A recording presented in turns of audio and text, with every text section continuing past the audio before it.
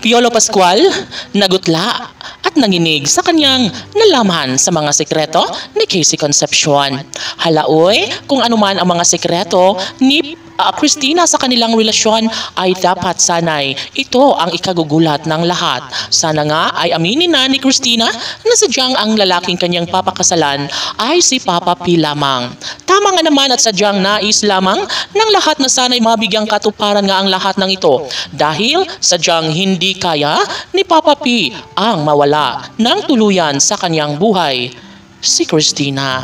Lahat ay nangangarap na mabigyang kulay ang pagmamahalang tunay ni Papa P at Christina. Sa pagkakataong ito ay hindi na hahayaan pa ng netizens na makawala sa kanyang buhay si Papa P.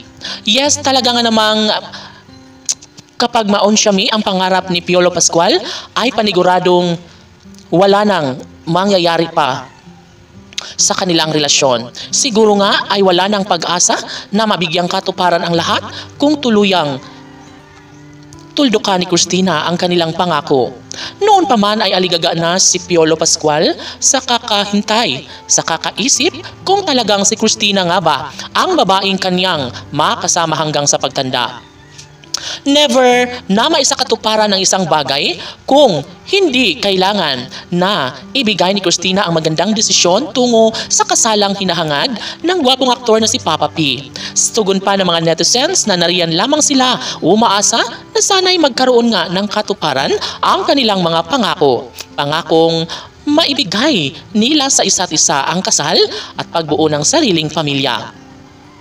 Sa pagkakataong ito ay hindi na hahayaan ni Papa P na tuluyang matulukan at wakasan ang kanilang relasyon. Ito ang relasyong hinahanap-hanap at inaabangan ng taong bayan sapagkat si Piolo Pascual ay tunay na nagmamahal para kay Christina. Sana nga ay maibahagi na ni Christina ang kanyang tunay na hangarin at desisyon para sa ikaliligaya ng mga puso nilang dalawa ni Papa P.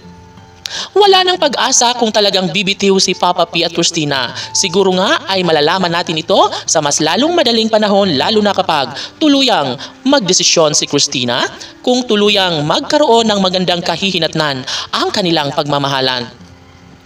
Isa sa pinakamagandang pangyayari sana kung tuluyang ibahagi ni Papa P ang pagmamahal ni Christina ay talaga nga namang hindi na kailangan pang ipangalandakan ni Christina kung gaano kahalaga sa kanyang buhay si Papa P. Sa totoo lang ay hangad ni Christina na sana nga ay makatuluyan na niya itong si Papa P. Sana'y ito na nga ang lalaking kanyang magiging ama ng kanyang magiging supling. KCPG Fanatics, laban!